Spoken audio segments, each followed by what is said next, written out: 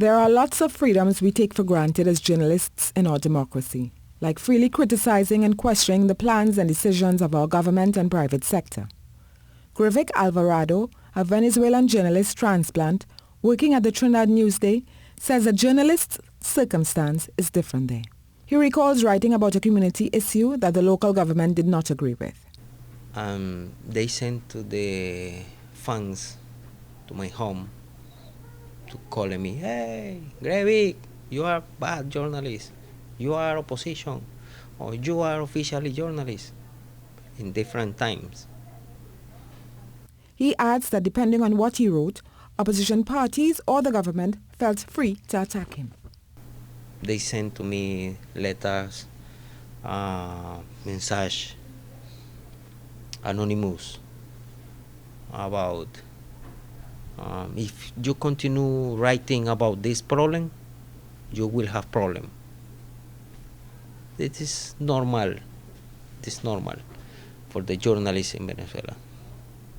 Mr. Alvarado says his mother, who is also a journalist, was threatened throughout her career by government officials, criminals, police officers and opposition parties. Trinidad journalist Regan Devines, who worked at Telesur in Venezuela, agrees that working there is no cakewalk. Being a journalist in Venezuela, you walk a fine line. If you do anything to criticize the government too much, you can become a target. He describes the fate of a colleague who crossed that fine line. I have a good friend. His name is Cody Weddle. He worked in Telesur as well. When he left Telesur and became an independent journalist who was just working contractually, he did a few reports for either NBC or CBS on the Venezuelan government, and he was detained for a short time. When we compare our situation here in Trinidad and Tobago with the Freedom of Information Act, online access to Hansard records, parliamentary debates and committee hearings broadcast live on the parliamentary channel, it may seem that we are quite free. But veteran journalist Jones P. Madeira says our journalistic restraints are more subtle. Trinidad and Tobago has come a long way in the context of press freedom. We have never had the kind of tremors that you hear in most countries, resulting in disciplinary parenthesis, procedures against journalists.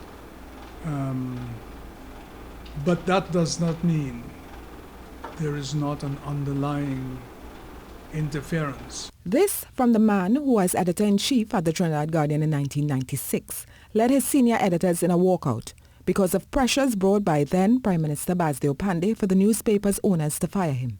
Owners and principals of media may have their likes and dislikes. They hide it all the time, and then the message comes down to the practicing editor in a very oblique way, and it is left to the editor to say to the principal, "Listen, I don't think we can do this because of our principle as journalists of this country." It has happened on a number of occasions, and I'm sure that it keeps happening today. Mr. Madeira's advice is for journalists not to sit back on their laurels, but to keep striving to practice their craft with honesty and integrity. Terry Ann Browne-Campbell, TTT News.